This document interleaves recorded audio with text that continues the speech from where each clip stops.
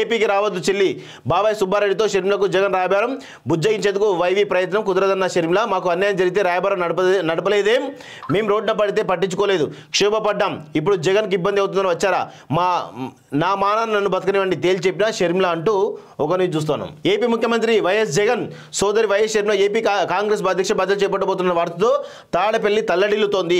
ఆంధ్రప్రదేశ్లో షర్మిల అడుగు పెడితే జగన్కు రెక్కలు ఊడినట్లని బెంబలెత్తుకుతోంది.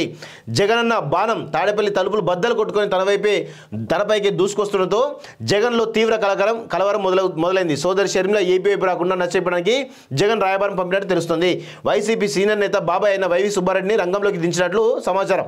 అత్యంత విశ్వసనీయ వర్గాల సమాచారం మేరకు ఏపీలో జగన్కు వ్యతిరేకంగా ప్రచారం చేస్తే అది కుటుంబంలో చిచ్చు పెట్టినట్లవుతుందని అది ఎవరికి మంచిది కాదని షర్మిలకు సుబ్బారెడ్డి నచ్చెప్పే ప్రయత్నం చేశారు. కానీ ఆమె తీవ్ర స్థాయిలో విరుచుకుపడినట్లు తెలిసింది. ఇన్నాళ్ళు మేము రోడ్డున పడితే ఎవరు పట్టించుకున్నారు, నాకు అన్యాయం జరిగిందని నెత్తి నోరు బాదుకుంటే ఆ రోజు మీరెందుకు రాయబారం నడపలేదు, నేను రోడ్డున పడితే మీకు సరదాగా ఉందా, నేను కష్టాలు ఉన్నప్పుడు నా ముఖం చూడలేదు కానీ ఏపీకి వస్తానంటే రాయబారానికి వచ్చారా, ఏనాడైనా నా తరపున మాట్లాడారా, నాకు ఊరట కలిగించేలా చేశారా, నేను ఎంతో మానసిక శోభ అనుభవించాను, అప్పుడెప్పుడు లేనిది ఇప్పుడు జగన్కు ఇబ్బంది అవుతుందని నా దగ్గరికి వచ్చారు, ఇదేం న్యాయం, కుదరలే, నా ఆలోచనలు నాకున్నాయి, నా మానం నన్ను బతకనివ్వండి అని ముఖం మీదనే షర్మిల కుండబద్దలు కొట్టినట్టు తెలిసింది. అసలు ఈ పరిస్థితుల్లో వచ్చి ఉండకూడదని తప్పుడు సంకేతాలు వెళ్తాయని ఆమె మండిపడిన సమాచారం. అదేంటమ్మా మనమంతా ఒకే కుటుంబం కదా అని సుబ్బారెడ్డి బుజ్జయించే ప్రయత్నించగా నన్ను రోడ్డు మీద వదిలేసినప్పుడు కుటుంబంలో నేను ఒకరిని అన్న విషయం గుర్తుకు లేదా అని షర్మిల ఆగ్రహం వ్యక్తం చేసినట్లు తెలిసిందే అట.